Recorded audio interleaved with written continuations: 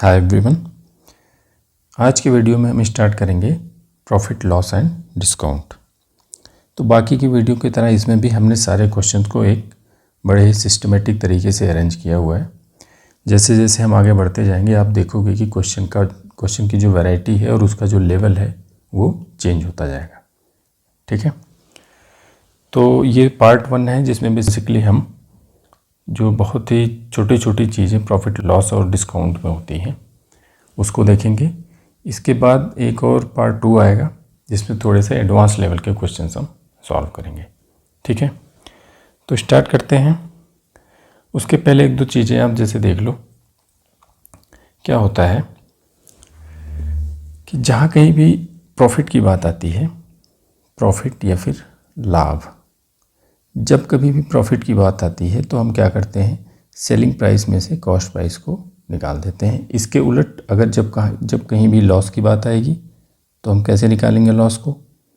Loss कब होगा basically, जब कॉस्ट प्राइस ज़्यादा होगी और सेलिंग प्राइस कम होगी।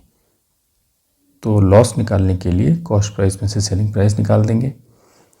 दूसरी चीज़ ये है कि जब भी हम परसेंटेज प्रॉफिट या लॉस की बात करते हैं, ठीक है ना, परसेंटेज प्रॉफिट, तो जब तक क्वेश्चन में कुछ और नहीं कहता, ठीक है, जब तक क्वेश्चन में कुछ और नहीं कहता तब तक हम ये मान के चलते हैं कि ये जो परसेंटेज प्रॉफिट है ये कॉस्ट प्राइस पे ही निकाली जा रही है। राइट, कॉस्ट प्राइस पे ही निकाली जा रही है। यहाँ पे क्या है, P is equals to profit. P represent कर रहा है प्रॉफिट को, एक्चुअल कितना प्रॉफिट हो रहा है, CP कॉस्ट प्राइस है और 100 से मल्टीप्लाई करेंगे तो परसेंटेज प्रॉफिट आएगा। ऐसे ही जब परसेंटेज लॉस की बात की जाती है तो total loss divided by cost price और उसमें हम 100 से मल्टीप्लाई करके परसेंटेज निकाल लेंगे। राइट, देखते हैं क्वेश्चन 1 बाय 1 करके। अभी जो थोड़ा बहुत आएगा इसमें हम डिस्कस करते चलेंगे, क्लियर हो जाएगा। पहला क्वेश्चन क्या कहता है कि किसी वस्तु को 2400 रुपये में बेचने पर हुआ लाभ 1800 रुपये में बेचने पर हुई हानि के बराबर है। ठीक है, एक बार 2400 रुपये में अगर बेचा जा रहा है तो उसको जितना प्रॉफिट हो रहा है 1800 में बेचने पर उतना ही लॉस हो रहा है। अभी हमने ऊपर डिस्कस किया कि profit equals to selling price minus cost price और loss equals to cost price minus selling price, CP minus SP। अब देखो, अगर 2400 रुपये में बेचा जा रहा है तो प्रॉफिट हो रहा है। ठीक है, यहाँ पे सेलिंग प्राइस क्या है, 2400 रख दो। कॉस्ट प्राइस हमें पता ही नहीं, वही हमसे पूछा जा रहा है तो हम इसको ऐसे ही लिख देते हैं और यहाँ पे आ गया हमारा कुछ प्रॉफिट। दूसरे केस में जब 1800 रुपये में बेचा जा रहा है तो लॉस होता है। लॉस की वैल्यू कितनी है, यहाँ भी सेलिंग प्राइस कितना दिया हुआ है 1800, कॉस्ट प्राइस हमें पता नहीं है तो इसको हम CP लेके चलते हैं। लिख दिया हमने, 2 इक्वेशन बन गए। अब बोल रहा है कि ये प्रॉफिट और ये लॉस ये दोनों बराबर हैं तो दोनों को हम बराबर कर देते हैं और इसको सॉल्व कर लेते हैं। क्या आएगा, 2400 minus CP is equal to CP minus 1800। Simplify कर लो, CP को एक तरफ कर दो और नंबर्स को एक तरफ, तो यहाँ कितना हो जाएगा 2400 प्लस 1800 इक्वल टू, ये इसको इधर कर दो, CP प्लस CP 2CP, या फिर कॉस्ट प्राइस की जो वैल्यू आ जाएगी 24 18 कितना हो गया 4200 बटे 2 कितना हो गया 2100। जो कॉस्ट प्राइस हमारा निकल के आया वो आ गया यहाँ से 2100, मतलब ऑप्शन B। ठीक है, इस क्वेश्चन में हमने देख लिया प्रॉफिट और लॉस की बेसिक डेफिनेशन क्या होती है। ठीक है, आगे बढ़ते हैं। क्वेश्चन 2 क्या कहता है कि किसी वस्तु को 2400 में बेचने पर हुआ लाभ 1800 रुपये में बेचने पर हुए हानि का दुगुना है। ठीक है, सेम क्वेश्चन है, बस थोड़ा सा यहाँ पे पैटर्न चेंज हो रहा है। वहाँ पे प्रॉफिट और जो लॉस था वो बराबर थे, यहाँ पे प्रॉफिट 2400 रुपये बेचने में जो भी प्रॉफिट हो रहा है वो 1800 रुपये में बेचने पर हुए लॉस का दो गुना है। तो हमसे कॉस्ट प्राइस पूछी जा रही है। फिर वैसे कर देते हैं, पहले प्रॉफिट लिखते हैं profit equals to selling price minus cost price. अब यहाँ पे सेलिंग प्राइस कितनी दी हुई है 2400 माइनस कॉस्ट प्राइस, और ये किसके बराबर है प्रॉफिट के। ठीक है, दूसरे केस में क्या है लॉस है, तो इस लॉस की वैल्यू कितनी कैसे निकालते हैं हम, cost price minus selling price. Loss के केस में सेलिंग प्राइस कम होती है, इसलिए हम उसको कॉस्ट प्राइस में से घटाते हैं। ठीक है, अब 1800 रुपये में बेचा जा रहा है यहाँ पे, तो सेलिंग प्राइस की वैल्यू आ गई 1800, कॉस्ट प्राइस हमसे पूछा ही जा रहा है, और यहाँ पे है लॉस। अब देखो क्या कहता है कि 2400 में जब बेचा जा रहा है तो वहाँ पे जो प्रॉफिट हो रहा है 1800 रुपये में हुए लॉस से 2 टाइम्स है, मतलब ये प्रॉफिट ये है इसका 2 टाइम्स। तो दोनों को इक्वेट करने के लिए हमें यहाँ पे 2 से गुणा करना पड़ेगा, तभी तो ये इक्वेशन बराबर हो पाएगा, अदरवाइज ये बराबर ही नहीं होगा। ठीक है, यहाँ पे 2 से मल्टीप्लाई कर दिया तो अब ये दोनों बराबर हो गए। अब दोनों को हम सॉल्व कर लेते हैं। यहाँ पे कितना है 2400 माइनस CP, यहाँ पे एक बार फिर से देख लो, देखो अब यहाँ पे क्या बोल रहा है कि प्रॉफिट कितना हो रहा है, प्रॉफिट लॉस का 2 टाइम्स है, यही तो हो रहा है ना। 2400 रुपये में जब हम बेच रहे हैं तो यहाँ पे जो भी लाभ हो रहा है वो इस हानि का 2 गुना है, मतलब ये प्रॉफिट जो है इस लॉस का कितना है 2 टाइम्स है, 2 टाइम्स इंटू L है। ठीक है ना, ये है। तो इसी चीज़ को हमने यहाँ पे इसके पहले लिखा हुआ था। अब देखो फिर से लिख देते हैं, तो यहाँ पे कितना आएगा 2400 माइनस CP बराबर 2 टाइम्स करना पड़ेगा इसका, 2 टाइम्स CP माइनस 1800। सिंप्लीफाई कर दो, यहाँ पे 2 CP आएगा, एक CP इसको इधर कर देंगे तो ये पॉजिटिव हो जाएगा। ठीक है, यहाँ पे क्या आ गया 2400 और प्लस यहाँ माइनस है, ये 2 टाइम्स कर दो, 18 दूनी 36 इक्वस टू 3 CP। सिंप्लीफाई करो, 36 और 24 कितना हो गया 60, तो ये हो गया 6000/3 बराबर CP। इसकी वैल्यू कितनी आ जाएगी 2000, राइट। CP की वैल्यू आ गई 2000, मतलब कॉस्ट प्राइस आ गया 2000, ऑप्शन ए। ठीक है, तो पहला और दूसरा क्वेश्चन लगभग एक जैसे ही थे। नेक्स्ट चलते हैं क्वेश्चन नंबर 3। क्वेश्चन नंबर 3 कहता है कि 250 पेंसिल बेचने पर एक दुकानदार को 25 पेंसिल के विक्रय मूल्य के बराबर लाभ होता है। ठीक है, अब यहाँ पे देखना है हमें कि कुल कितनी पेंसिल बेची जा रही है 250। ठीक है, 250 पेंसिल की सेलिंग प्राइस आ गई। अब ये 250 पेंसिल की जो सेलिंग प्राइस है इसको हम 2 पार्ट में अलग अलग कर लेते हैं। कैसे करेंगे, जब 250 पेंसिल बेची जा रही है तो जो 25 पेंसिल की जो सेलिंग प्राइस है वो इक्वल किसके हो गई, वो हो गई उतना प्रॉफिट हो गया दुकानदार को। ठीक है ना, तो यहाँ पे 25 की जो सेलिंग प्राइस आएगी वो किसके बराबर, ये हो गई उसका प्रॉफिट।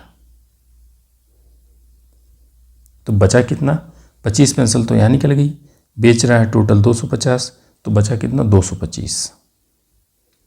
तो 225 पेंसिल की जो सेलिंग प्राइस होगी इसका मतलब यही उसकी एक्चुअल कॉस्ट प्राइस रही होगी।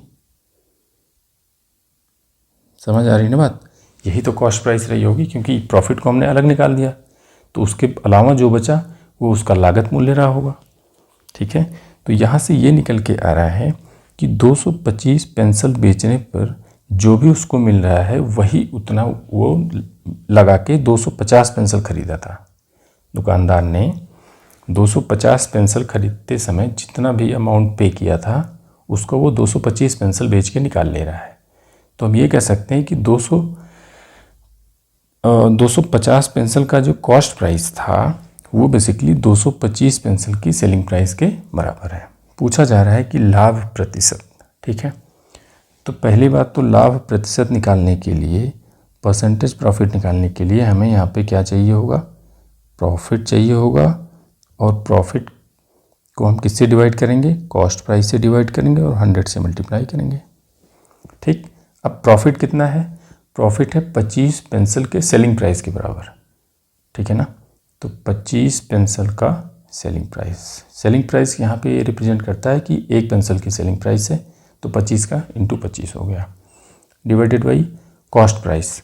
तो टोटल कॉस्ट प्राइस जितना भी उसने खरीदते समय लगाया था, तो खरीदा था उसने 250 पेंसिल। अब हमें कॉस्ट प्राइस तो पता नहीं है, बट हमें ये पता है कि 250 पेंसिल उसने जितने में ख़रीदा था उतने में ही उसने 225 पेंसिल बेची थी। इसका मतलब उसका टोटल कॉस्ट प्राइस आ जाएगा 225 पेंसिल के सेलिंग प्राइस के बराबर। ठीक, अब 100 से मल्टीप्लाई कर दो, परसेंटेज आ जाएगा, सेलिंग प्राइस कैंसिल हो गया, यहाँ पे आ जाएगा ये 9, तो ये किसके बराबर आ गया, 100/9 मतलब 11.99%। एक्चुअल प्रॉफिट परसेंट कितना आ गया उसका, 11.99, ऑप्शन सी। ठीक, बढ़ते हैं नेक्स्ट क्वेश्चन की तरफ, क्वेश्चन नंबर 4। क्वेश्चन 4 क्या कहता है कि एक वस्तु का क्रय मूल्य 180 है, 10% का लाभ अर्जित करने के लिए इसका विक्रय मूल्य कितना होना चाहिए। सिंपल सा क्वेश्चन है, 180 रुपये में खरीदी जा रही है कोई भी वस्तु, उस पर हमें 10% का प्रॉफिट चाहिए। तो 10% का प्रॉफिट के लिए क्या, इसको 10% ज़्यादा 10% बढ़ा के बेचना पड़ेगा। ठीक है ना, 180 अगर कॉस्ट प्राइस है, कॉस्ट प्राइस कितनी 180 है, तो 10% का प्रॉफिट तभी होगा जब हम इसको 10% बढ़ा के बेचेंगे। किससे बढ़ा के, जितना हमने जितने में ख़रीदा था। 10% बढ़ा के बेचने के लिए 110/100 कर दो, मल्टीप्लाई कर दो। ठीक है, तो 2 0 से ये 2 0 कैंसिल हो गया। 18 को 11 से अगर मल्टीप्लाई करेंगे, इसमें तो ऑप्शन है नहीं, कोई नहीं, 18 को 11 से मल्टीप्लाई करेंगे तो आ जाएगा 198।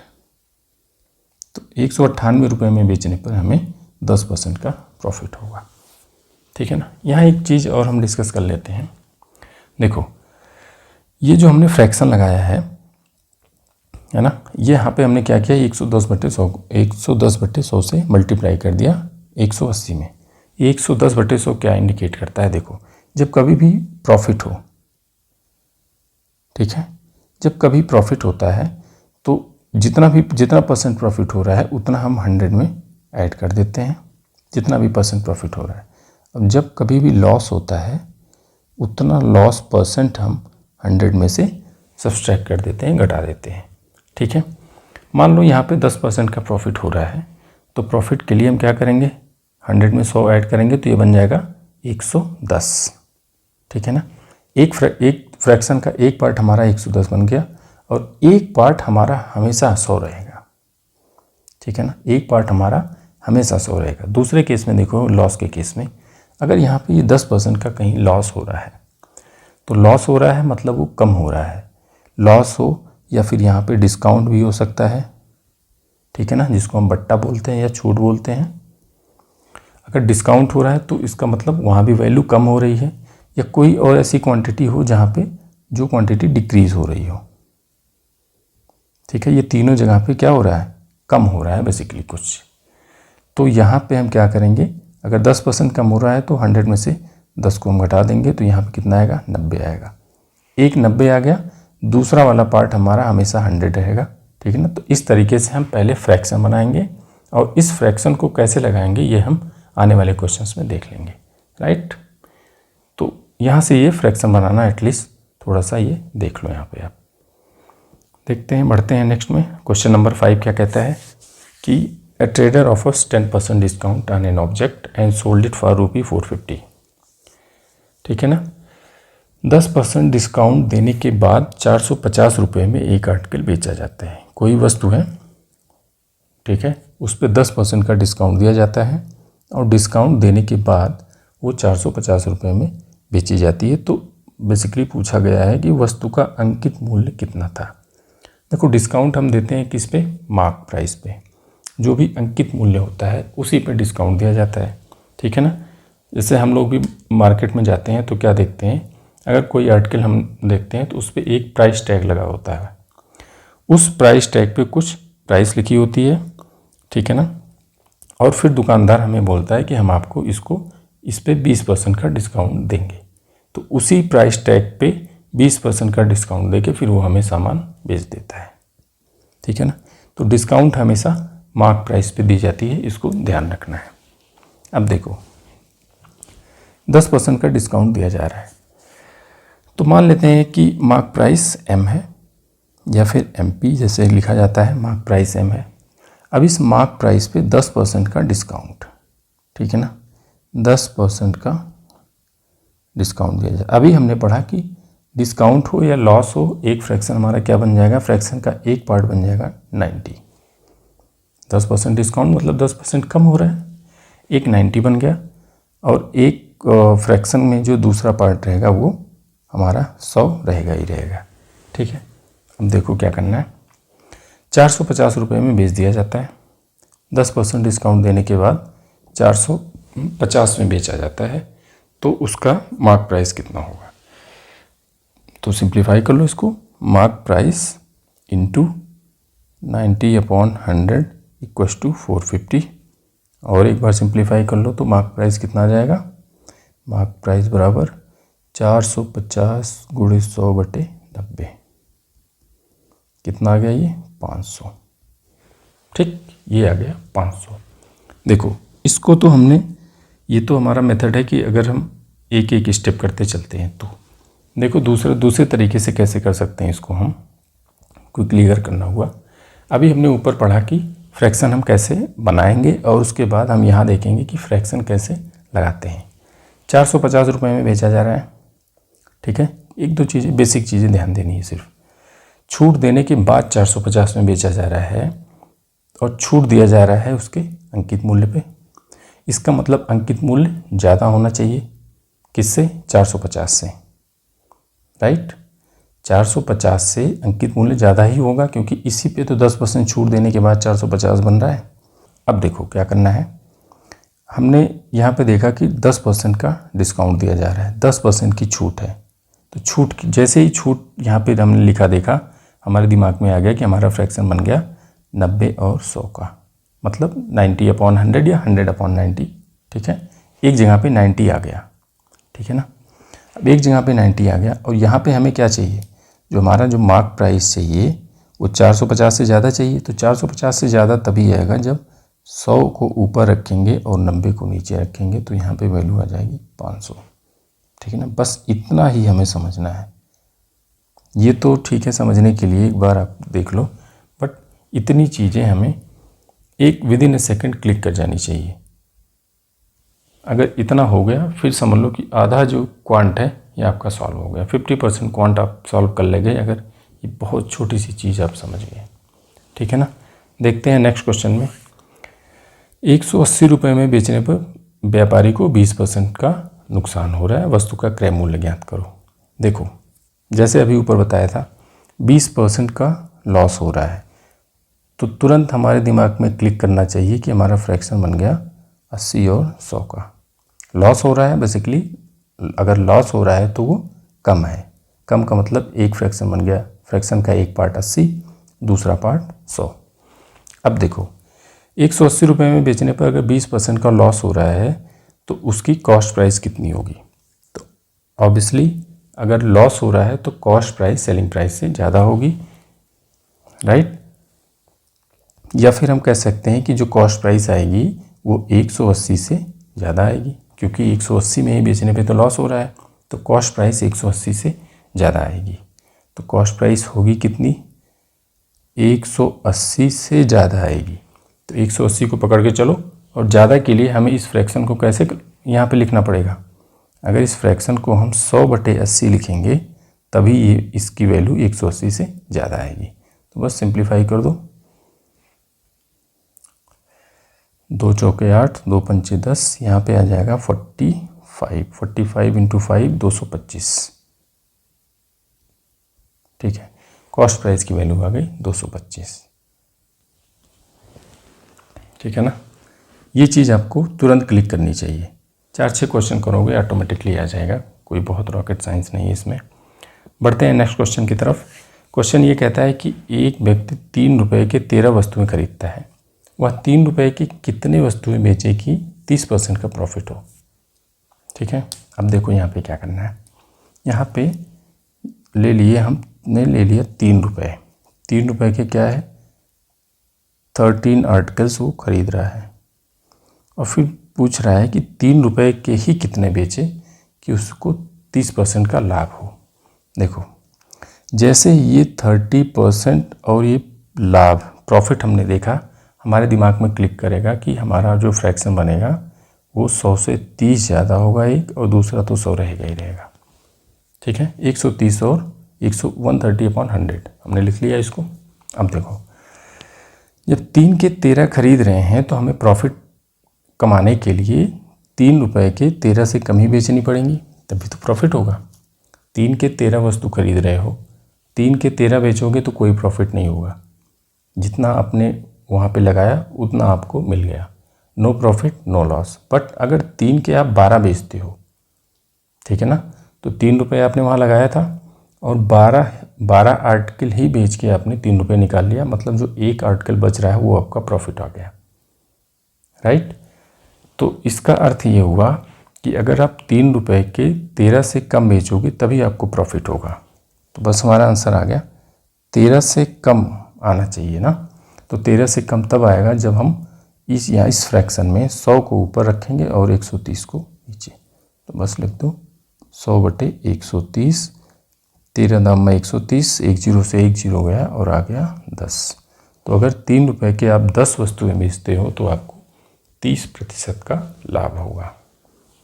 ठीक है ना, ये बेसिकली रूल ऑफ फ्रैक्शन अच्छे से समझ लो। यहाँ पे ना बार बार बोल रहा हूँ कि अगर ये समझ गए तो 50% क्वांट सॉल्व हो जाएगी आपकी, 50% क्वांट इस एक फंडे से सॉल्व हो जाएगी, क्योंकि सब मिला जुला के यही है, परसेंटेज ही ऊपर नीचे फ्रैक्शन ही करना होता है, बाकी कुछ नहीं है। ठीक है, बढ़ते हैं नेक्स्ट क्वेश्चन में। Question number 8। क्वेश्चन नंबर 8 क्या बोलता है कि ए ने 12 रुपये में 12 सेब खरीदे। ठीक है, किसी एक व्यक्ति ने 12 रुपये में 12 सेब खरीद लिए, 3 सेब सड़ गए। 20% का लाभ कमाने के लिए उसे बचे हुए सेब को किस दर से बेचना चाहिए। ठीक है, देखो 12 में 12 खरीद लिए, 12 रुपये में उसने 12 आर्टिकल खरीद के लाया। बट हो क्या रहा है कि 12 आर्टिकल में से उसके 3 आर्टिकल्स तो स्पॉयल हो गए, सड़ गए, तो बचे कितने, 9 बचे। बेचेगा वो कितना, 9 ही बेचेगा। अब उसके साथ क्या हो गया, उसके साथ ऐसा कुछ हो गया कि वो 12 रुपये के 12 रुपये के 9 ही मिले उसको, क्योंकि 3 तो खराब हो गए। तो दूसरे शब्दों में हम कह सकते हैं कि 12 रुपये में उसने 9 आर्टिकल खरीदे हुए हैं। ठीक है ना, यहाँ पे देखो एवरेज कॉस्ट प्राइस क्या आती है, यहाँ पे एवरेज कॉस्ट प्राइस का मतलब हुआ पर आर्टिकल कॉस्ट प्राइस। ठीक है ना, पर आर्टिकल मतलब हर एक वस्तु की कॉस्ट प्राइस कितनी है। यहाँ पे 12 रुपये में 12 सेब खरीदे तो एक सेब का दाम 1 रुपया था। एक सेब के लिए उसने 1 रुपये पे किया था। बट यहाँ पे जब उसके 3 सेब सड़ गए तो 9 बचे। इसका ये अर्थ हुआ कि 12 रुपये में उसको 9 सेब ही मिले। तो यहाँ पे उसकी कॉस्ट प्राइस कितनी आएगी, 12 रुपये में उसको 9 सेब ही मिले, तो यहाँ कॉस्ट प्राइस आ गई 4/3 या 1/3 रुपये। यहाँ पे 1 आई थी, यहाँ पे 1.33 रुपीज़ आ गई। ठीक है, यहाँ पे कॉस्ट प्राइस बढ़ गई उसकी। देखो पूछा क्या जा रहा है कि 20% का प्रॉफिट लेने के लिए उसको किस दर से सेब बेचने चाहिए। ठीक है ना, एट व्हाट रेट पर एप्पल, एक सेब को वो कितने में बेचे कि उस पर 20% का प्रॉफिट हो। तो एक सेब का कॉस्ट प्राइस तो हमने निकाल लिया। ठीक है ना, कितना आ गया, 3 तो सड़ गए, 3 का निकाल दो, अब बचे कितने, 9। तो 9 में एक सेब का कॉस्ट प्राइस कितना पड़ गया उसको, 4/3। तो अगर उसको 4/3 एक सेब का कॉस्ट प्राइस है और लाभ कितना चाहिए उसको, 20% का प्रॉफिट चाहिए। जैसे ही हमने प्रॉफिट देखा हमारे दिमाग में फ्रैक्शन बन गया 120/100 का। अब देखो लाभ चाहिए उसको, 20% का प्रॉफिट कमाना है। तो ये तो है कॉस्ट प्राइस, ये बेसिकली क्या है, ये है कॉस्ट प्राइस। तो कॉस्ट प्राइस से अगर ज़्यादा होगा हमारा सेलिंग प्राइस तभी प्रॉफिट होनी है। तो ज़्यादा के लिए फ्रैक्शन क्या करेंगे, न्यूमरेटर को हमें ज़्यादा रखना पड़ेगा, ठीक है ना। अंश ज़्यादा होगा जब हर से, तभी तो उस फ्रैक्शन की वैल्यू 1 से ज़्यादा होगी। इसको सिंप्लीफाई कर देते हैं। 3 से गया यहाँ पे 40 आ गया, 1 0 से 1 0 गया, और ये आ गया 16/10 मतलब 1.6 रुपीज़। एक सेब को अगर 1.6 में हम बेचते हैं तो हमें प्रॉफिट हो जाएगा 20 का। मतलब 3 सेब सड़ गए उसके बाद भी हम प्रॉफिट अगर लेना चाहते हैं 20% का, तो एक सेब को हमें 1.6 रुपये में बेचना पड़ेगा, राइट। चलो बढ़ते हैं क्वेश्चन नंबर 9। क्वेश्चन 9 क्या कहता है कि 450 रुपये में 43 की दर से पेन खरीदे गए, है ना। Pens are bought at 43 for ₹450, ठीक है। तो रुपए कितने लग रहे हैं, 450, और हम 450 में हमें कितने पेन मिल रहे हैं, 43 पेन। अब पूछ रहा है कि 270 रुपये में कितने बेचें कि 7.5% का प्रॉफिट हो, ठीक। तो कुल मिला जुला के 7.5% का प्रॉफिट हमें दिख गया। हमारा फ्रैक्शन क्या बन जाएगा, 100 में 7.5 ऐड कर दो तो 107.5 और दूसरा रहेगा 100। ये हमारा फ्रैक्शन बन गया। 270 को अभी छोड़ दो, 450 को पकड़ो। 450 में 43 पेन हम खरीद के लाते हैं। तो ये देखो कि 450 में कितने बेचें कि 7.5% का प्रॉफिट हो, ठीक है ना। कैसे निकालेंगे, तो 450 में या 450 में अगर 43 खरीद के ला रहे हैं, प्रॉफिट कमाना है, तो 450 में हमें 43 से कम बेचना पड़ेगा। और 43 से कम बेचने के लिए फ्रैक्शन को हम क्या करेंगे, ऊपर कम रखेंगे और नीचे ज़्यादा वाले को रख देंगे। सिंप्लीफाई कर दो, यहाँ से 1 0 गया, 25 से कटो, 25 चौके 100 0, 25 चौके 100, 25 दिया 75, 43 से 43 गया, कितना आ गया 40। बट ये हमने निकाला हुआ है 450 रुपये पे, ठीक है ना। इसका मतलब ये होगा कि 450 रुपये में अगर हम 40 पेन बेचते हैं तो 7.5% का प्रॉफिट होगा। लेकिन हमसे पूछा जा रहा है कि 270 में कितने बेचेंगे, तो वैसे ही निकाल लो। अगर 450 में हम कितना बेच रहे हैं, 40, तो हमें मिल रहा है 7.5% का प्रॉफिट। तो 270 के लिए कैसे करेंगे, ये है 450 रुपया, ठीक है। तो 1 रुपये में 40/450, 270 में इंटू 270। सिंप्लीफाई करो, 9 से कटो, 9 पचे 45, 5 अट्ठे 40 और 8 त्रिक 24, कितना आ गया 24 पेन आ जाएगा। 270 में अगर हम 24 पेन बेचते हैं तो हमें 7.5% का प्रॉफिट होगा, राइट। नहीं समझ आया होगा तो एक बार फिर से देखना, समझ आ जाएगा। बढ़ते हैं नेक्स्ट क्वेश्चन की तरफ, क्वेश्चन नंबर 10। क्वेश्चन नंबर 10 क्या कहता है कि अ मर्चेंट सेल्स 45 आर्टिकल फॉर ₹5, देन ही इनकर्स 25% लॉस। जब एक व्यापारी 5 रुपये के 45 बेचता है तो उसको 25% का नुकसान होता है, ठीक। तो जैसे ही 25% का लॉस हमने देखा तो हमारा फ्रैक्शन क्या बन गया, कम हो रहा है। नुकसान मतलब लॉस कम हो रहा है, तो एक बनेगा, 100 से कम बनेगा, दूसरा 100 रहेगा ही रहेगा। 75 और 100 का 75/100 का हमारा एक फ्रैक्शन तैयार हो गया। देखो ये फ्रैक्शन कब हमने बनाया, जब कि 5 रुपये में 45 बेचने पर उसको 25% का लॉस हो रहा है। पूछ रहा है कि 25% का प्रॉफिट कमाने के लिए उसको 5 रुपये में कितने बेचने पड़ेंगे। 5 रुपये रुपया फिक्स कर किया हुआ है, ठीक है ना। तो 5 रुपये में 45 है, तो इस केस में उसको लॉस हो रहा है कितने का, 25% का, ठीक। अगर 25% का लॉस हो रहा है तो यहाँ पे कॉस्ट प्राइस कितनी होनी चाहिए, मतलब 5 रुपये की कितने बेचे कि कुछ लॉस ना हो उसको, तो कम ही बेचेगा इससे, तभी तो उसका लॉस कंपनसेट होगा। तो कम के लिए हम फ्रैक्शन हम लगाएंगे कैसे, 75 को ऊपर रखेंगे और 100 को नीचे, 25 दिया 75, 25 चौका 100। तो अगर वो 5 रुपये के इतने बेचता है तो उसको कोई लॉस नहीं होगा, ठीक है ना, कोई लॉस नहीं होगा। अब पूछ रहा है कि वो 5 रुपये के कितने बेचे कि उसको 25% का प्रॉफिट भी हो। अब यहाँ पे दूसरा जो फ्रैक्शन है 25% का प्रॉफिट, 25% का प्रॉफिट का मतलब हमारा फ्रैक्शन बन जाएगा 125 और 100 का, ठीक है ना। ये तो हमारी एक तरीके से कॉस्ट प्राइस निकल के आ गई। अब इसी में हमें फिर लाभ भी कमाना है, ठीक है ना। अगर लाभ लेना है तो अगेन हमें क्या करना पड़ेगा, नंबर ऑफ आर्टिकल्स कम करने पड़ेंगे। 5 रुपये में जितना कम बेचेंगे उतना ही ज़्यादा हमें प्रॉफिट होगा, ठीक है। अब फिर इसी पे हम फिर से ये फ्रैक्शन दूसरा वाला लगा देंगे। कैसे लगाएंगे, हमें क्या चाहिए कि ये जो नंबर ऑफ आर्टिकल्स हैं ये कम होने चाहिए, तभी तो प्रॉफिट होगा। तो कम के लिए इस फ्रैक्शन को हम कैसे रखेंगे, कम के लिए कम वाले को ऊपर और ज़्यादा वाले को नीचे। अब सिंप्लीफाई करो तो ये था 45 × 3/4 100/125, 25 चौके 100, 25 पंचे 125, ये 4 से 1 4 गया, 5 9 45 और 9 3 27,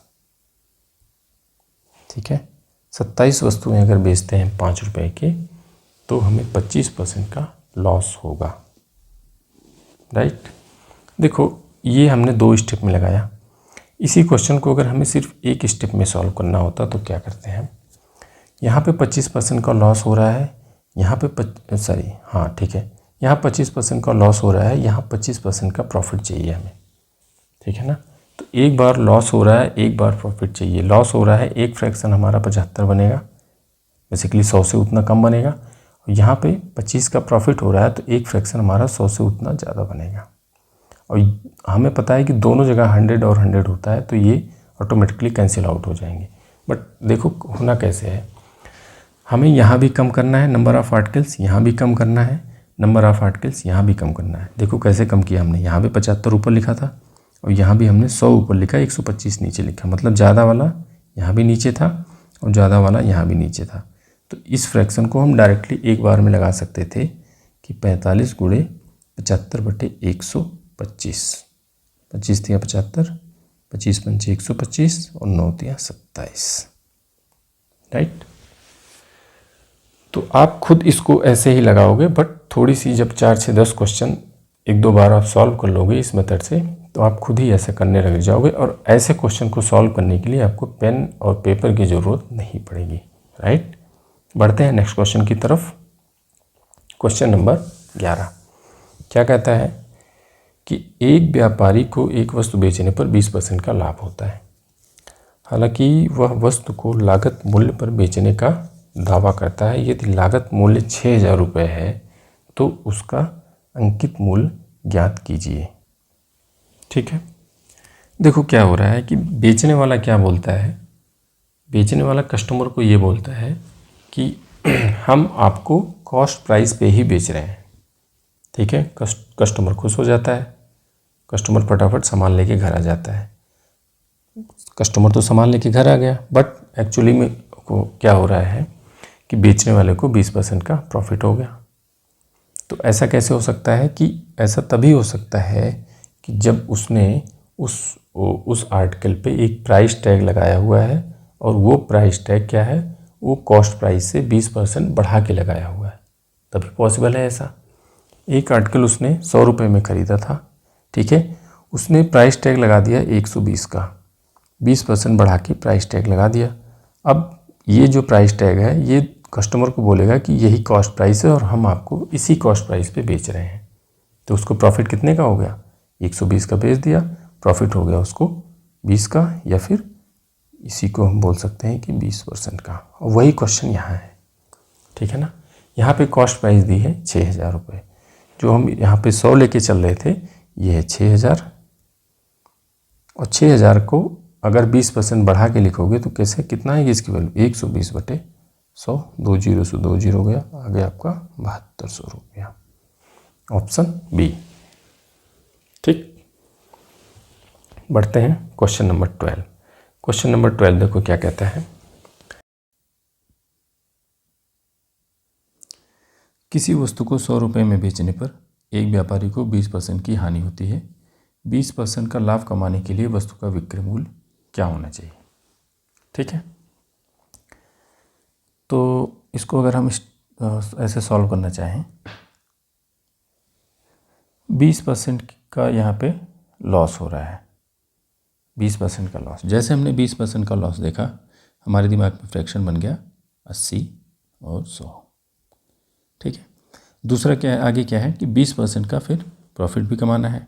तो 20% के प्रॉफिट के लिए हमारे दिमाग में फ्रैक्शन बन गया 120 और 100 का। अब देखो इसको, 100 रुपये में जब बेचा जा रहा है, जब सेलिंग प्राइस 100 रुपये है, तो यहाँ से लॉस निकल के आता है 20% का। 20% लॉस ये इंडिकेट करता है कि सेलिंग प्राइस कॉस्ट प्राइस से कम है। यही तो होता है ना लॉस के केस में, जब सेलिंग प्राइस ज़्यादा होती है तो हमें प्रॉफिट होता है, जब सेलिंग प्राइस कॉस्ट प्राइस से कम होगी तो हमें लॉस होगा। हमने ऑलरेडी फ्रैक्शन बनाया हुआ है, लॉस के केस में कितना हमारा फ्रैक्शन 80 और 100 का है। तो यहाँ से अगर हम निकालें कॉस्ट प्राइस, तो कॉस्ट प्राइस क्या होनी चाहिए, सेलिंग प्राइस से ज़्यादा होनी चाहिए। तो सेलिंग प्राइस से ज़्यादा अगर कॉस्ट प्राइस है तो ज़्यादा वाले को ऊपर रख दो और कम वाले को नीचे। ये तो हमारी कॉस्ट प्राइस आ गई। लेकिन ये तो पूछा नहीं जा रहा है, पूछा जा रहा है कि अगर 20% का लाभ कमाने के लिए हमें उसको कितने में बेचना चाहिए। ठीक है ना। अब ये तो एग्जैक्टली आपकी कॉस्ट प्राइस आ गई कि ये उस वस्तु की कॉस्ट प्राइस थी। अब हमें 20% का प्रॉफिट चाहिए, तो इस कॉस्ट प्राइस पे ये हम दूसरा वाला फ्रैक्शन लगा देंगे। इस हिसाब से हमारी जो सेलिंग प्राइस आएगी, इसको मान लेते हैं सेलिंग प्राइस 1, इसको मान लेते हैं सेलिंग प्राइस 2। ठीक है ना। यहाँ पे हमें क्या चाहिए, 20% का प्रॉफिट चाहिए। 20% के प्रॉफिट के लिए हमने फ्रैक्शन बनाया है 120 और 100 का। तो ये हमारी कॉस्ट प्राइस कितनी है, ये तो हो गई कॉस्ट प्राइस। ठीक है ना। इस पे हमें क्या चाहिए, 20% का प्रॉफिट चाहिए। तो प्रॉफिट के लिए हमें प्रॉफिट के लिए हमें सेलिंग प्राइस कॉस्ट प्राइस से ज़्यादा रखनी पड़ेगी। ठीक है ना।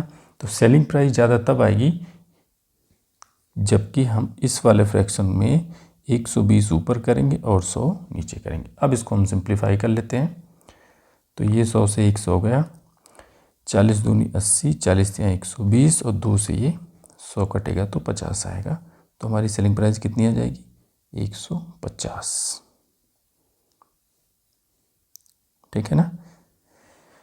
इसका अर्थ ये हुआ कि अगर 150 रुपये में हम बेचते हैं, तो जहाँ पे हमें 100 रुपये में बेचने पर 20% का लॉस हो रहा था, अगर हम वहाँ पे 150 रुपये में उस आर्टिकल को बेचते हैं तो हमें 20% का प्रॉफिट होगा। ये तो हो गया 2 स्टेप मेथड। एक बार हमने सेलिंग प्राइस से जब लॉस हो रहा था तो हमने कॉस्ट प्राइस निकाली, फिर उस कॉस्ट प्राइस को हमने प्रॉफिट में कन्वर्ट करने के लिए एक बार दोबारा से हमने सेलिंग प्राइस निकाली। अगर डायरेक्टली हमें इसको 1 स्टेप में करना होता तो हम क्या करते, 100 रुपये में बेचा जा रहा है, 100 रुपये को पकड़ के चलो। ठीक है।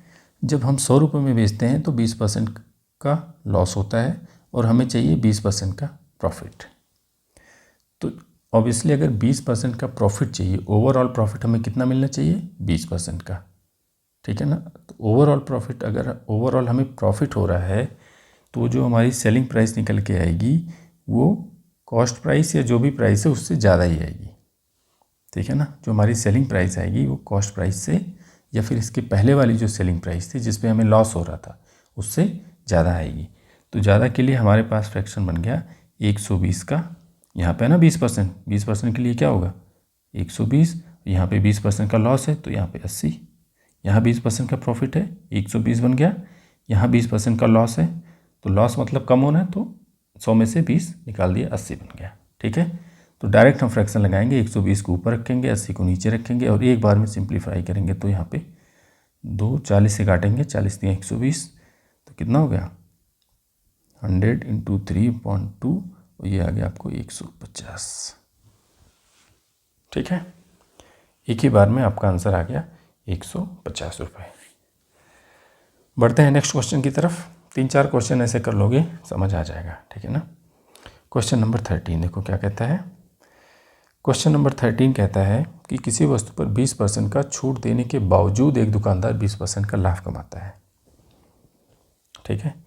20% का डिस्काउंट दे रहा है, उसके बावजूद वो 20% का उसको प्रॉफिट हो रहा है। तो पूछ रहा है कि उसका अंकित मूल्य ज्ञात कीजिए यदि उस वस्तु का क्रय मूल्य 6000 है। ठीक है ना। कॉस्ट प्राइस दी हुई है, मार्क प्राइस पूछ रहा है और कंडीशन ये दी है कि 20% डिस्काउंट देने के बाद भी 20% का प्रॉफिट हो रहा है। ठीक है, अब देखो कैसे इसको करते हैं। वही है 2 स्टेप, या तो हम एक एक स्टेप करके चलें या तो हम डायरेक्ट लगाएं। तो पहले तो हम एक एक स्टेप करके सॉल्व कर लेते हैं, उसके बाद फिर हम उसको देखते हैं डायरेक्टली कैसे लगाते हैं। देखो 20% का डिस्काउंट हमारे दिमाग में जैसे ही आया, 20% का हमने डिस्काउंट देखा, फ्रैक्शन बन गया 80 का। फिर आ गया 20% का प्रॉफिट, यहाँ फ्रैक्शन बन जाएगा 120 का। ठीक है ना। अभी देखो हमने ऊपर सॉल्व किया था, यहाँ पे फिर से देखो ये क्वेश्चन वही है, कुल मिला जुला के यहाँ भी वही दिखा है, वही है ना कि 20% का प्रॉफिट और 20% का लॉस, ये है ना। एक बार यहाँ पे 20% का लॉस हो रहा था और यहाँ पे 20% का प्रॉफिट हो रहा है। यहाँ पे क्या है क्वेश्चन कि 20% लॉस ना होकर यहाँ पे 20% पहले डिस्काउंट दे रहा है, उसके बाद 20% का प्रॉफिट ले रहा है। देखो कैसे करेंगे। तो पहले हम इसको 2 स्टेप मेथड से कर लेते हैं ताकि बेसिक अंडरस्टैंडिंग हो जाए हमारे को। ठीक है ना। देखो 20% का डिस्काउंट दिया जा रहा है, हमें पता है डिस्काउंट दिया जाता है मार्क प्राइस पे, डिस्काउंट दिया जाता है मार्क प्राइस पे। मार्क प्राइस पे 20% का डिस्काउंट, 20% डिस्काउंट का मतलब सेलिंग प्राइस उससे कम हो जाएगी, तो फ्रैक्शन हो गया 80/100 और सेलिंग प्राइस की वैल्यू आ गई मार्क प्राइस इंटू 80/100। ठीक है। अब दूसरा स्टेटमेंट क्या है, ये तो हो गया 20% का डिस्काउंट देने वाला जो हमने रिलेशन हमें फॉर्म करना था, सेलिंग प्राइस और मार्क प्राइस में एक रिलेशन मिल गया कि सेलिंग प्राइस होगी वो मार्क प्राइस से 20% कम होगी। बेसिकली इस इक्वेशन का ये मतलब है कि सेलिंग प्राइस जो है वो मार्क प्राइस से 20% कम है। क्यों? क्योंकि 20% का डिस्काउंट दिया जा रहा है। नेक्स्ट स्टेटमेंट कहता है कि दुकानदार को 20% का प्रॉफिट होता है। प्रॉफिट कहाँ से होता है? जो परसेंटेज प्रॉफिट या लॉस हम निकालते हैं वो निकालते हैं कॉस्ट प्राइस से। ठीक है ना। तो 20% का प्रॉफिट हो रहा है, 20% का प्रॉफिट ये इंडिकेट करता है कि सेलिंग प्राइस और कॉस्ट प्राइस का जो रेशियो है, बेसिकली जो प्रॉफिट और लॉस जब भी हम निकालते हैं तो सेलिंग प्राइस और कॉस्ट प्राइस का रेशियो लिख लेते हैं। ठीक है ना। वो कितना होगा? 20% ज़्यादा होना चाहिए कॉस्ट प्राइस से। 20% का प्रॉफिट तभी होगा ना। अब देखो यहाँ भी हम ऐसे ही रेशियो लिख सकते थे, मार्क प्राइस और सेलिंग प्राइस का रेशियो 100/80 आ जाता। ये हमारा हो गया इक्वेशन नंबर 2। इन दोनों इक्वेशन को मिक्स कर दो।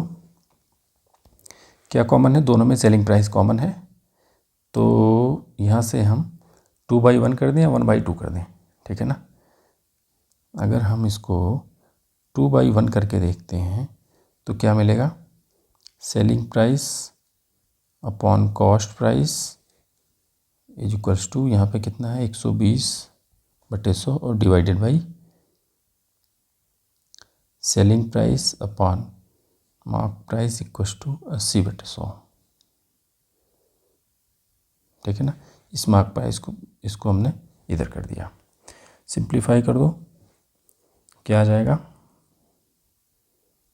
MP/CP, यहाँ से 100 से 100 गया, बराबर आ गया 120/80। और सिंप्लीफाई करोगे तो इसकी वैल्यू आ जाएगी 3/2। ठीक है ना। आ गया रिलेशन किस में? मार्क प्राइस और कॉस्ट प्राइस का रेशियो आ गया 3/2। क्या दिया है कि अगर कॉस्ट प्राइस 6000 है तो उसका मार्क प्राइस कितना होगा। तो कॉस्ट प्राइस की वैल्यू कितनी दी है? इस 2 की वैल्यू दी गई है 6000। 6000 बनाने के लिए 2 में हमें 3000 से गुणा करना पड़ेगा, इधर भी 3000 से गुणा करोगे तो इसकी वैल्यू आ जाएगी 9000। दैट मीन्स कि जो मार्क प्राइस है वो कितना बन जाएगा? 9000। ये हमारा आंसर हो गया। ठीक है ना। ऑप्शंस यहाँ पे सही नहीं दिए हुए हैं, ये किसी दूसरे क्वेश्चन के आंसर दिए हुए हैं। ये आपका 9000 सही इसमें आंसर होगा।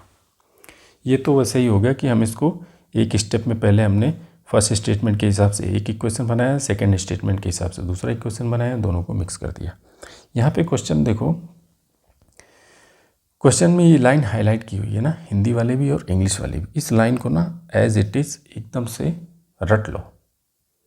ये लाइन जो लिखी हुई है इसको एज इट इज़ एकदम से रट लो और ये रिजल्ट देख लो कैसे आ रहा है। ये रिजल्ट बेसिकली कब आया है, जब हमने इक्वेशन 1 और इक्वेशन 2 को डिवाइड किया था ना, तब ये रिजल्ट आया है। अब फिर से मैं इस स्टेटमेंट को पढ़ता हूँ कि किसी वस्तु पर 20% का छूट देने के बावजूद भी 20% का लाभ होता है। छूट, जैसे ही छूट हम देख रहे हैं हमारे दिमाग में एक चीज़ आ रही है कि छूट मार्क प्राइस पे दिया जाता है। जैसे ही हमने 20% छूट देखा हमारे दिमाग में ये आता है कि छूट किस पे दिया जाता है, मार्क प्राइस पे। और यहाँ पे जैसे ही प्रॉफिट देखा तो प्रॉफिट, परसेंटेज प्रॉफिट या लॉस कहाँ से निकालते हैं हम, कॉस्ट प्राइस से। तो आप इसको ऐसे भी याद कर सकते हो कि 20% का छूट देने के बावजूद अगर 20% का लॉस हो रहा है तो मार्क प्राइस और कॉस्ट प्राइस का रेशियो हम डायरेक्टली निकाल सकते हैं। कैसे, 120/80 करके। ठीक है ना, वन स्टेप मेथड यही है। ये आपको स्टेटमेंट, ये जो हाईलाइटेड स्टेट जो यहाँ पे लाइन लिखी हुई है ये याद कर लो। ये परसेंटेज तो कुछ भी हो सकता है, ये तो वेरी करेगा ही करेगा क्वेश्चन बाई क्वेश्चन, बट बाकी के जो जैसा स्टेटमेंट लिखा है उसको एज इट इज़ याद कर लो। ठीक है ना, यहीं पे इसको मैं ऐसे फिर से इसको मिटाता हूँ। देखो क्या लिखा हुआ है कि 20% का डिस्काउंट देने के बाद भी 20% का प्रॉफिट हो रहा है। ठीक है, तो इस स्टेटमेंट से ये रिजल्ट हमारे दिमाग में आ जाना चाहिए कि जब भी ऐसा स्टेटमेंट दिखे, एक जगह डिस्काउंट एक जगह प्रॉफिट या लॉस, ये लाभ यहाँ पे प्रॉफिट लिखा हुआ है, ये लॉस भी हो सकता है। ठीक है ना, यहाँ पे ये प्रॉफिट लिखा हुआ है तो ये लॉस भी हो सकता है। तो अगर ऐसा स्टेटमेंट दिख गया तो हमारे दिमाग में तुरंत ये आ जाना चाहिए, ये रेशियो, कि मार्क प्राइस और कॉस्ट प्राइस का रेशियो यहाँ से तुरंत निकल जाएगा। कितना होगा, अब देखो यहाँ पे डिस्काउंट है, यहाँ पे 80 बन गया, यहाँ पे प्रॉफिट है तो ये 120 बन गया। मार्क प्राइस यूजुअली क्या होता है, मार्क प्राइस कॉस्ट प्राइस से ज़्यादा होता है, तो ज़्यादा के लिए फ्रैक्शन हम क्या लिखेंगे, 120/80।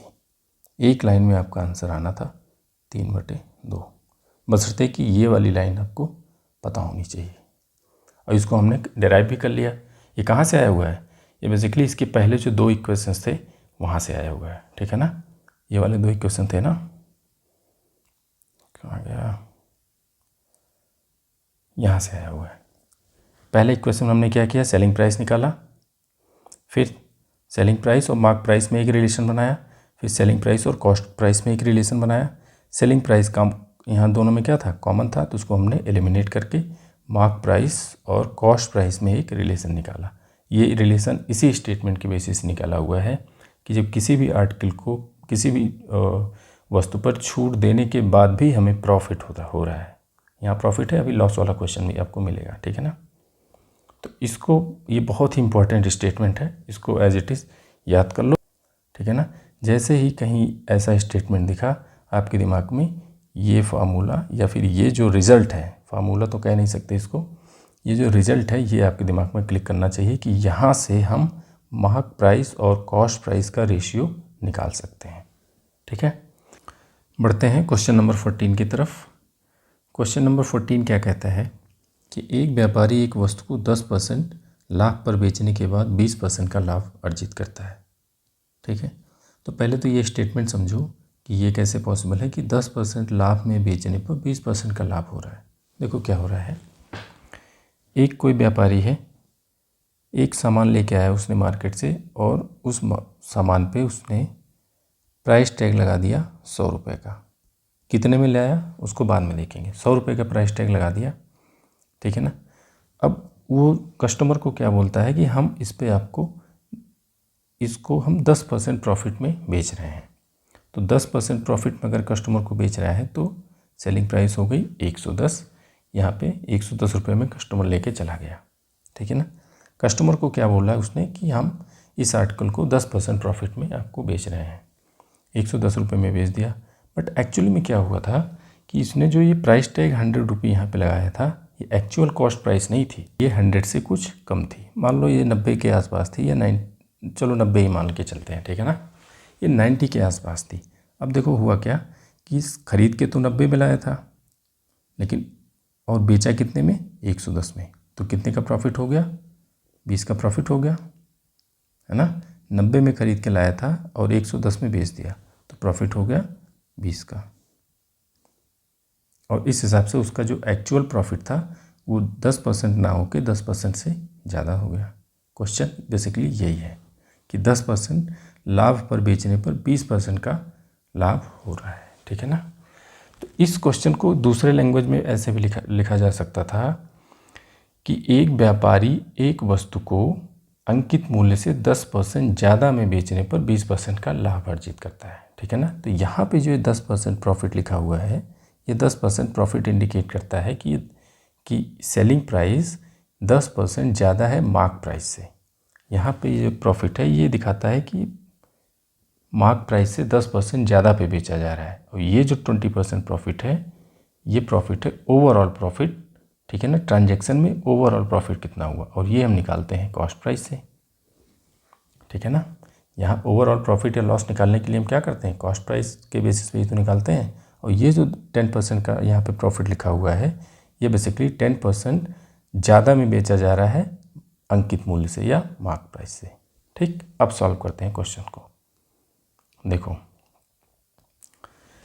10% लाभ पर बेचने पर 20% का लाभ अर्जित करता है। अब जैसे ऊपर वाला क्वेश्चन हमने किया था, इसके पहले वाला क्वेश्चन, जैसे ही हमें दिखा वहाँ पे क्या था, डिस्काउंट था। हमने बोला था एक स्टेटमेंट याद कर लो कि 10% डिस्काउंट दिया, 10% का प्रॉफिट हुआ। तो वहाँ से हम क्या निकालते थे, ये रेशियो निकाल के आता था ना।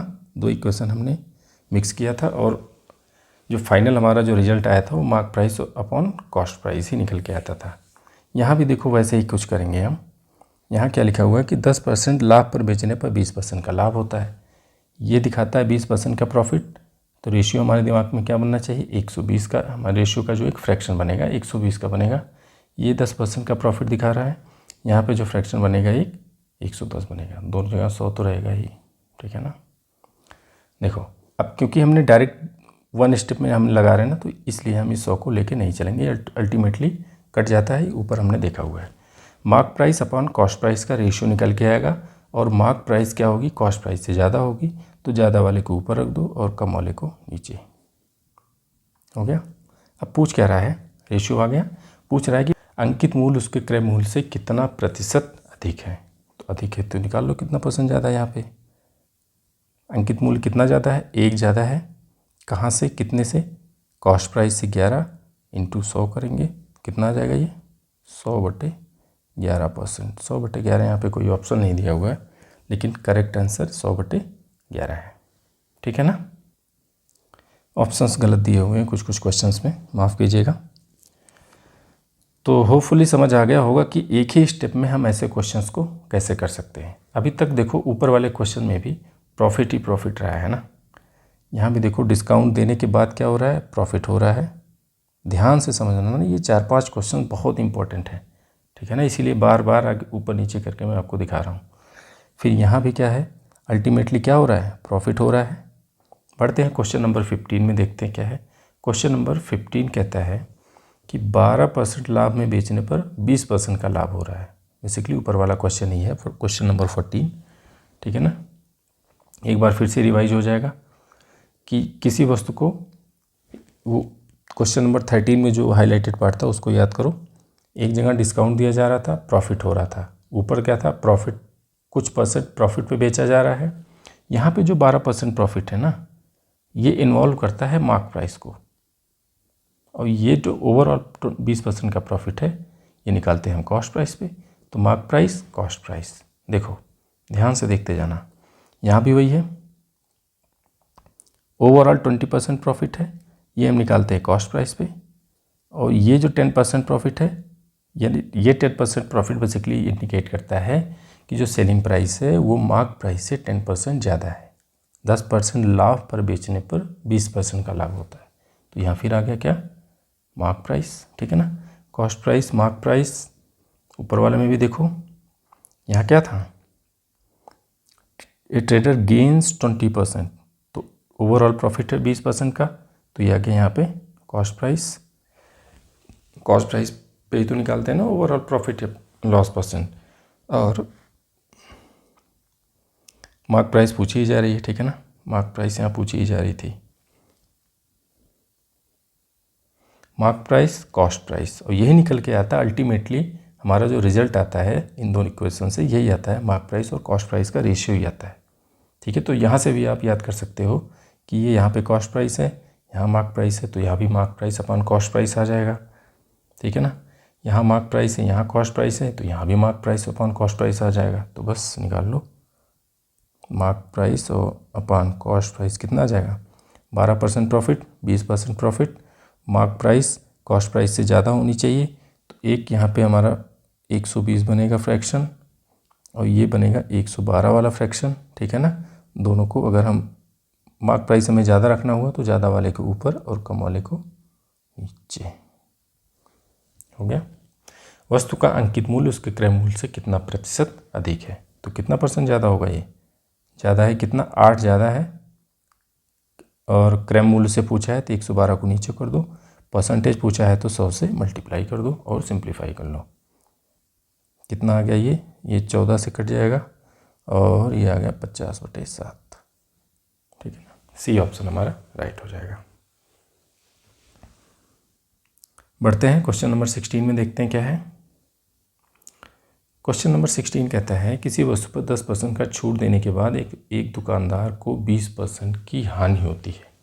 ठीक है ना, अभी तक जितने भी क्वेश्चन हमने किए ऊपर सब में प्रॉफिट ही हो रहा था, अल्टीमेटली ओवरऑल जो आ रहा था निकल के वो प्रॉफिट ही हो रहा था। 13, 14, 15 हमने यही किया था। 16th क्वेश्चन में है यहाँ पे लॉस हो रहा है। ठीक है, मेथड हमारा वही रहेगा, तरीका वही रहेगा। अभी देखो कैसे करेंगे। जैसे ही हमने लॉस देखा हमारे दिमाग में फ्रैक्शन बन गया 100 से उतना कम, जितना लॉस हो रहा है उतना कम 80 हो गया। यहाँ क्या है, यहाँ डिस्काउंट दिया जा रहा है। ठीक है, तो डिस्काउंट पे ऑलरेडी कम हो रहा है, इसका मतलब यहाँ फ्रैक्शन बन गया 90।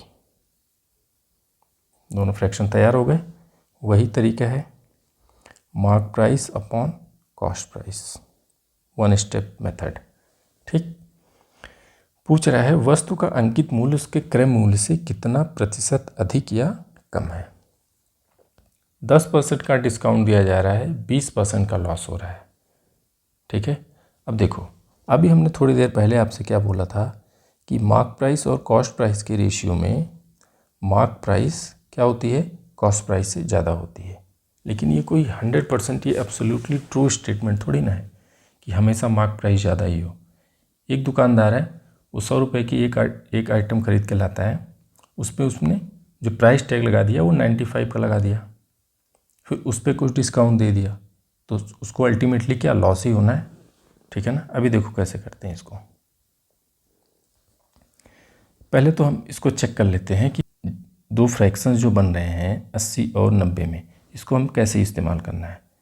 ऐसे करना सही होगा या फिर ऐसे करना सही होगा, इसको एक बार समझ लो। ठीक है ना, देखो 10% का डिस्काउंट है और 20% का लॉस है। एब्सोल्यूट टर्म्स में अगर देखें, ठीक है ना, परसेंटेज को छोड़ दो, मान लेते हैं कि 10 रुपये का डिस्काउंट है और 20 रुपये का लॉस है। ठीक है ना, अब देखो 20 रुपये का लॉस हो रहा है और 10 रुपये का डिस्काउंट दिया जा रहा है, तो हम ये सपोज कर लेते हैं कि कॉस्ट प्राइस आर्टिकल की मान लेते हैं ये 100 है। अब यहाँ से देखो 20% का लॉस हो रहा है। ठीक है ना, अगर 100 की उसकी कॉस्ट, 100 की उसकी खरीद है और 20 रुपये का नुकसान हो रहा है, तो इसका अर्थ है कि उसको बेचा गया 80 रुपये में, तभी तो 20 रुपये का नुकसान हो रहा है। 100 में खरीद के 80 में बेचा गया, 20 का नुकसान हो गया। लेकिन साथ में एक कंडीशन और है कि उस पर 10 रुपये की छूट दी गई थी, 10 रुपये की छूट दी गई थी और बेचा जाता है छूट देने के बाद, बेचा जाता है छूट देने के बाद। तो यहाँ पे सेलिंग प्राइस 80 थी ना, छूट देने के बाद बेचा जाता है, तो यहाँ पे आएगा हमारा डिस्काउंट वाला पार्ट। इसमें क्या किया, इसमें क्या करना पड़ेगा, 10 ऐड करना पड़ेगा। तो जो इसका जो मार्क प्राइस आएगा वो कितना बनेगा, 90 बनेगा। अब देखो 90 मार्क प्राइस हो गई, 10 रुपये का छूट दिया गया, 80 में बेचा गया और 80 में बेचने पर 20% का 20 रुपये का नुकसान हो गया। ठीक है ना, अब तीनों को अगर आप कंपेयर करोगे तो यहाँ से क्या निकल के आता है, यहाँ से निकल के आ रहा है कि कॉस्ट प्राइस जो है वो मार्क प्राइस से ज़्यादा है। यहाँ पे मार्क प्राइस क्या है, कम है, ठीक है ना। तो ये कोई एब्सोल्यूट स्टेटमेंट नहीं है कि मार्क प्राइस हमेशा कॉस्ट प्राइस से ज़्यादा होगी, ठीक है। अब देखो यहाँ पे कैसे करेंगे। अब एक बार जब ये क्लियर हो गया कि मार्क प्राइस हमारी कम है, किससे, कॉस्ट प्राइस से, मार्क प्राइस कॉस्ट प्राइस से कम है, तो एक तो फ्रैक्शन हमारा क्या था, 80 और 90 है ना। यहाँ 90 है, यहाँ पे 80 है। तो अगर मार्क प्राइस कम है तो मार्क प्राइस कम वाले के ऊपर रखना पड़ेगा और ज़्यादा वाले को नीचे रखना पड़ेगा। तो हमारा MP/CP यहाँ पे जो आएगा वो 80/90 आएगा। अब पूछा जा रहा है कि वस्तु का अंकित मूल्य उसके क्रय मूल्य से कितना प्रतिशत अधिक या कम है। तो पहली बात तो कम है, और कितना कम है, यहाँ का डिफरेंस कितना है, 10 कम है, कितने से, 90 से। परसेंट निकालना है तो 100 से मल्टीप्लाई, सिंप्लीफाई कर दो, 1 0 से 1 0 कैंसिल हो गया, कितना गया, 100/9, और ये कितना है, ये लेस है, तो ऑप्शन डी सही हो जाएगा, ठीक है ना।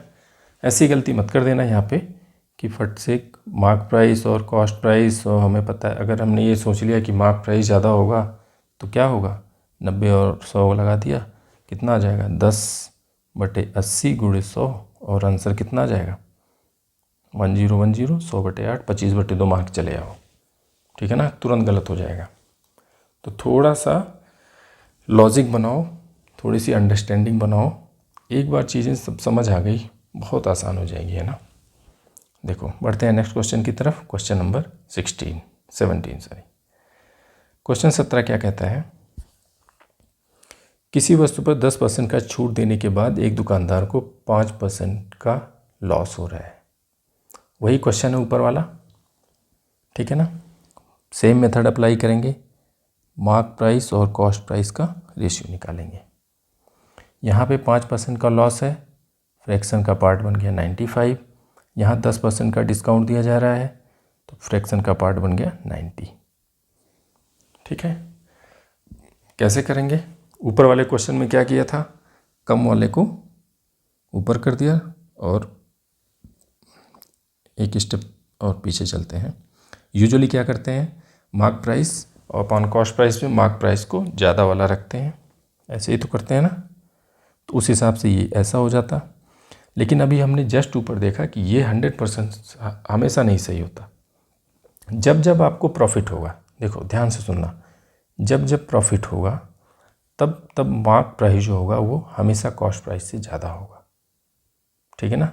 जिस जिस क्वेश्चन में आप देख लो, क्वेश्चन नंबर 13, 14, 15, क्वेश्चन नंबर 13, 14, 15 देख लो, सब जगह अल्टीमेटली क्या हो रहा है, पूरे के पूरे ट्रांजैक्शन में जो अल्टीमेटली हमें प्रॉफिट ही हो रहा था, इसलिए मार्क प्राइस हमेशा कॉस्ट प्राइस से ज़्यादा थी। यहाँ पे तो कोई कन्फ्यूजन होगा ही नहीं, आपको कन्फ्यूजन इसी में होगा जब लॉस हो रहा होगा, ठीक है ना। लॉस वाले क्वेश्चन में ही थोड़ा सा आपको ध्यान देना है। अभी एक हमने ऊपर लॉस वाला क्वेश्चन किया, क्वेश्चन नंबर 16, इसमें क्या था कि लॉस ज़्यादा था डिस्काउंट से, बहुत ध्यान से समझना। परसेंटेज लॉस जो ज़्यादा, जो लॉस था या परसेंटेज लॉस था वो परसेंटेज डिस्काउंट से ज़्यादा था। इसको हमने एब्सोल्यूट टर्म्स में निकाला तो हमारे पास निकल के आया है कि यहाँ पे कॉस्ट प्राइस मार्क प्राइस से ज़्यादा है, ठीक है।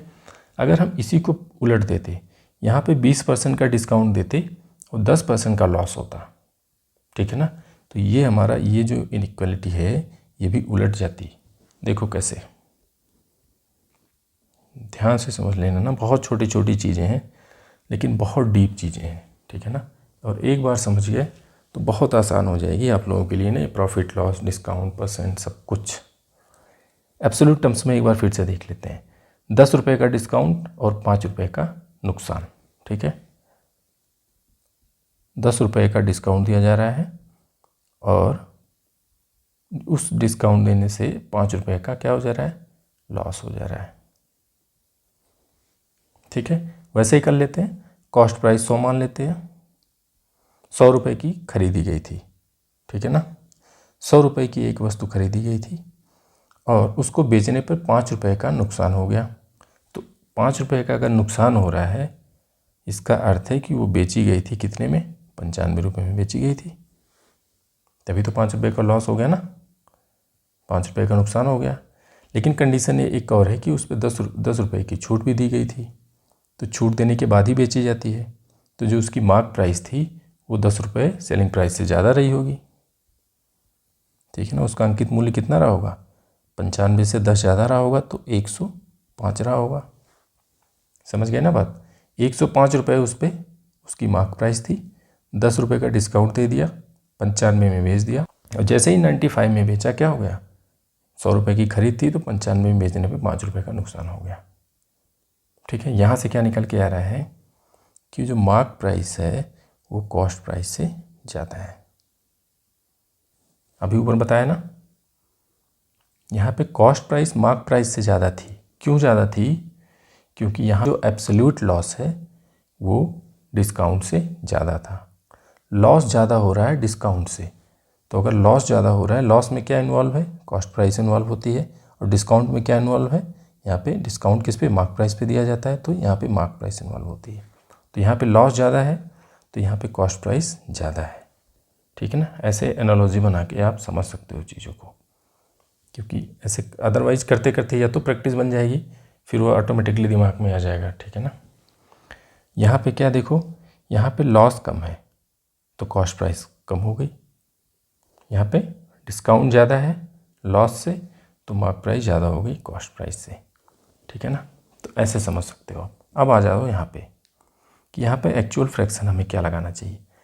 डिस्काउंट ज़्यादा दिया जा रहा है, लॉस कम हो रहा है, तो मार्क प्राइस ज़्यादा आएगी कॉस्ट प्राइस से, तो ज़्यादा वाला टर्म्स ऊपर कर दो और जो कम वाला टर्म है ये नीचे कर दो। सिंप्लीफाई कर लो। पूछा क्या जा रहा है, अंकित मूल्य क्रय मूल्य से कितना प्रतिशत कम है, ठीक है ना। तो कितना परसेंट कम है, पहली बात तो कम है ही नहीं, मार्क प्राइस क्या है, कॉस्ट प्राइस से ज़्यादा है, तो ये सारे ऑप्शंस वैसे ही नील हो जाएंगे। ऑप्शन डी आपका सही हो जाएगा, नन ऑफ दिस। ये एक्चुअली है ज़्यादा, और कितना ज़्यादा है, 5 ज़्यादा है कॉस्ट प्राइस से, और कॉस्ट प्राइस से 90, परसेंटेज निकालना होगा तो 100 से मल्टीप्लाई करके निकल जाएगा 50/9%, ज़्यादा आएगी कम नहीं, ठीक है ना। तो क्वेश्चन नंबर 16 और 17 अच्छे से समझ लेना कि कैसे इस रेशियो को हमने यूज किया है। बस यही 4-5 क्वेश्चन जो 12 के बाद आप देख रहे हो, 13 से लेके 17, 18, 20 तक जो भी इस पार्ट में हम कवर करेंगे, 1-2 बार आप इसको ज़रूर रिवाइज करके देख लेना प्लीज़, है ना। फिर बढ़ते हैं। क्वेश्चन 18 कहता है कि एक दुकानदार ने 24% की छूट देकर एक वस्तु 665 रुपये में बेची और उसे 5% की हानि हुई। यदि उस वस्तु को बिना छूट के बेचा होता तो उसका शुद्ध लाभ कितना होता, ठीक है ना। 24% का डिस्काउंट देता है और 665 रुपये में जब बेचता है तो उसको लॉस होता है 5% का। ये स्टेटमेंट अब जो क्वेश्चन नंबर 13 में जो हमने आपको बताया था वो फिर से आप याद कर लो, ठीक है। और हम डायरेक्टली चलेंगे मार्क प्राइस और कॉस्ट प्राइस के रेशियो पे। किसी वस्तु पे डिस्काउंट देने के बावजूद लाभ हो रहा है या हानि हो रही है, हमारे दिमाग में ये रेशियो आ जाना चाहिए, मार्क प्राइस और कॉस्ट प्राइस। और मार्क प्राइस और कॉस्ट प्राइस का रेशियो कैसे होगा, डिस्काउंट दिया जा रहा है 24% का, तो 100 में से 24 कम कर दो, ये आ गया 76, और यहाँ पे लॉस हो रहा है 5% का, 100 में से 5 कम करोगे तो कितना आ जाएगा 95, बस लगा दो। डिस्काउंट ज़्यादा दिया जा रहा है, लॉस कम है, तो यहाँ पे मार्क प्राइस ज़्यादा होगा कॉस्ट प्राइस से, ठीक है ना। तो ज़्यादा के लिए 95 को ऊपर रखो और 76 को ज़्यादा कर दो। ये हमारा रेशियो बन गया। पहले स्टेटमेंट से हमने ये रिलेशन निकाल लिया।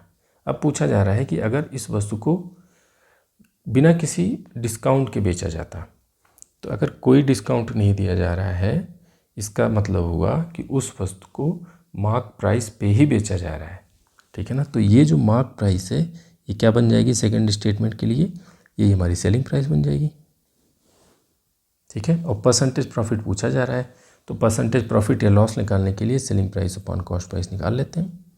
तो सेलिंग प्राइस तो ये हो गई 95 और कॉस्ट प्राइस भी यही है हमारी 76। अब कितना इसमें डिफरेंस है? डिफरेंस है इसमें 19 का। 19 रुपये ज़्यादा है, कहाँ से? 76 से। तो परसेंटेज निकालने के लिए 100 से मल्टीप्लाई कर दो। 19 चौके 76 और 4 से इसको सिंप्लीफाई करोगे तो कितना आएगा? 25%। Option D. ठीक है, देखो कितनी इजीली हम कर पा रहे हैं अगर हमने ये चीज़ समझ ली ना। क्वेश्चन नंबर 13 पे जो है, क्वेश्चन नंबर 13 ऑनवर्ड्स एक बार आप देखना, ज़रूर देखना इसको और खूब अच्छे से समझना। ठीक है, क्वेश्चन नंबर 19 पे चलते हैं। क्वेश्चन 19 कहता है कि 10% के 2 क्रमागत छूट देने के बाद एक दुकानदार किसी वस्तु को 8100 में बेचता है, वस्तु का अंकित मूल्य कितना है? ठीक, 2 बार 10% के डिस्काउंट दिए जा रहे हैं, तो सेम तरीका वही है। 10% का डिस्काउंट जैसे हमने देखा, हमारे दिमाग में आ गया कि फ्रैक्शन क्या बनेगा? 90 100 और 90 100। ठीक है ना, एक 90 दूसरा 100 और फिर 10% का डिस्काउंट देंगे तो फिर 90 और 100 बनेगा। अब उसके बाद 2 डिस्काउंट देने के बाद 8100 में बेचा जा रहा है। छूट दिया जाता है मार्क प्राइस पे। ठीक है ना, छूट किस पे दिया जाता है? मार्क प्राइस पे ही तो हम कुछ छूट देके उसको बेचते हैं। एक तरफ है मार्क प्राइस और ये है यहाँ पे हम लिख लेते हैं सेलिंग प्राइस। और मार्क प्राइस सेलिंग प्राइस से ज़्यादा होगी क्योंकि इसी पे डिस्काउंट देके 8100 में बेचा जा रहा है। मार्क प्राइस निकालनी है ना, तो सेलिंग प्राइस से ज़्यादा आएगी, सेलिंग प्राइस से ज़्यादा आएगी मार्क प्राइस। कितनी ज़्यादा आएगी? एक बार 10% का डिस्काउंट दिया गया था तो ज़्यादा, यहाँ पे तो हमें ज़्यादा वैल्यू चाहिए ना, तो ज़्यादा वाली वैल्यू ऊपर कर देंगे। और एक बार नहीं, फिर दोबारा भी दिया गया तो दोबारा फिर से वही दूसरा वाला फ्रैक्शन लिख दो। इसकी वैल्यू कितनी दी गई है? 8100। बस सिंप्लीफाई कर दो, कितना आ जाएगा? 1 0 से 1 0, 2 0 गया, 9 9 81। यहाँ पे आ गया 100, 100 गुणे 100 करेंगे तो 10,000 आ जाएगा। ठीक है ना, तो मार्क प्राइस उसकी कितनी रही होगी? 10,000 रही होगी।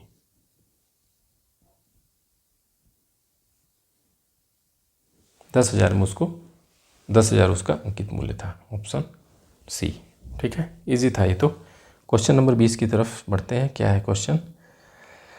क्वेश्चन कहता है कि एक व्यक्ति किसी वस्तु का मूल्य 20% अधिक अंकित करता है। अंकित मूल्य पर वह कुछ छूट देने के पश्चात वस्तु को बेचता है और 10% का लाभ अर्जित करता है। ठीक है ना, A trader markups his goods by 20%. He offers certain discount on mark price and after selling it earns 10% profit. Find the discount percent. वही है घूम फिरा के क्वेश्चन नंबर 13। ठीक है, घूम फिरा के ये क्वेश्चन नंबर 13 ही है।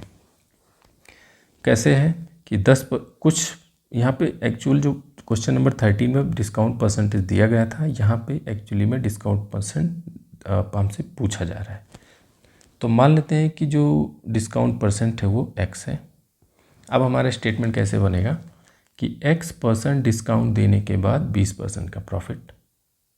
ठीक है ना, अब क्वेश्चन नंबर 13 फिर से देख लो, वहाँ पे ये परसेंटेज दिया गया था और हमने वहाँ पे हाईलाइट किया हुआ है प्रॉपरली ना स्टेटमेंट को कि x% डिस्काउंट देने के बाद 20% का प्रॉफिट। जैसे स्टेटमेंट हमने देखा, हमारे पास ये रेशियो बन के आ गया। प्रॉफिट हो रहा है तो मार्क प्राइस ज़्यादा ही होगा, तो 20% का प्रॉफिट इंडिकेट करता है कि ये 120 बनेगा। x% का डिस्काउंट है ना, अगर ये 10 होता ना तो हम क्या करते, 100 में से 10 घटा देते थे, लेकिन अगर एक्चुअल वैल्यू नहीं पता है तो हम 100 में से x घटा देंगे। ठीक, और यहाँ पे इसको रख दो वैल्यूज़ को। 120 ज़्यादा है और कॉस्ट प्राइस मार्क प्राइस से कम है। ये समझ आ गया। अब इसके बाद बोल रहा है अंकित मूल्य पर कुछ छूट देने के पश्चात उसको 10% का लाभ अर्जित, छूट प्रतिशत पूछ रहा है ना। 20% अधिक अंकित कर रहा है। सर यहाँ पे क्वेश्चन गलत हो गया, ये तो ठीक है। लाभ जो है, जो एक्चुअल प्रॉफिट है वो 20 ना होकर ये 10 है, तो यहाँ पे जो फ्रैक्शन है ये 110 का बनेगा। ठीक है ना, हमने इसको प्रॉफिट मान लिया था, तो यहाँ पे जो वैल्यू आएगी ये 110 आएगी। 10% का प्रॉफिट हो रहा है ना, ओवरऑल प्रॉफिट 10% का हो रहा है और डिस्काउंट हमने मान लिया X% है। ठीक, तो इस हिसाब से हमारा मार्क प्राइस और कॉस्ट प्राइस का रेशियो आ गया 110 और 100 माइनस X। अब देखो बोल रहा है कि जो उसका मार्क प्राइस है वो 20% ज़्यादा है।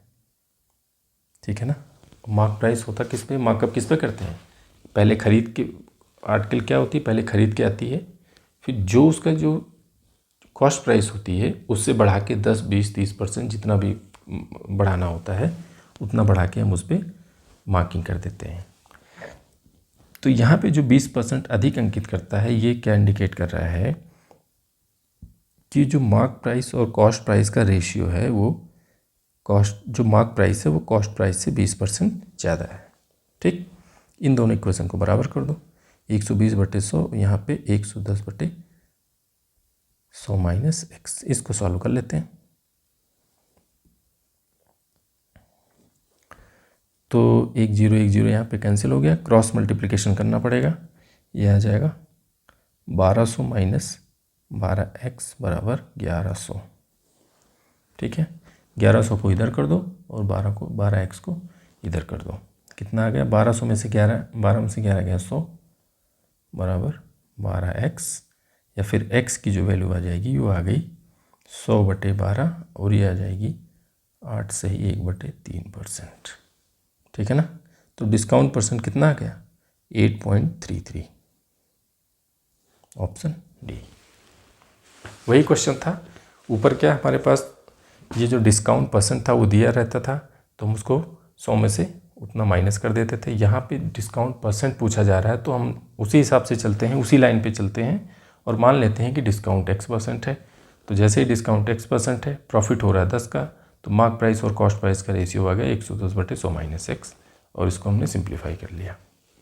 और ये दिया ही यहाँ पे 20% ज़्यादा है ना, मार्क प्राइस 20% ज़्यादा है कॉस्ट प्राइस से, तो ये लगा के हमने सॉल्व करके ये क्वेश्चंस हमने सॉल्व कर लिया। ठीक है, तो इस हिसाब से पार्ट 1 ख़त्म करते हैं यहीं पे, और होपफुली आपको अच्छा लगा होगा और समझ भी आया होगा। एक बार फिर से कहूँगा कि जो 10 के बाद से जो क्वेश्चंस हैं, इनफैक्ट जो 15 के बाद से जो क्वेश्चंस हैं, 15 से लेके 20 तक, इसको आपने बहुत अच्छे से समझ लेना। ठीक है ना, ये बहुत बेस हैं इन सब चीज़ों के, फ्रैक्शंस के, परसेंटेज लॉस के, और इनफैक्ट जब आप मिक्सचर का देखोगे ना, मिक्सचर की वीडियोस जब आप देखोगे वहाँ भी इससे भी ज़्यादा हेल्पफुल होने वाले हैं ये सब ना, ये तरीके जो मैं बता रहा हूँ। ठीक है, मिलते हैं नेक्स्ट वीडियो में, तब तक के लिए जय हिंद।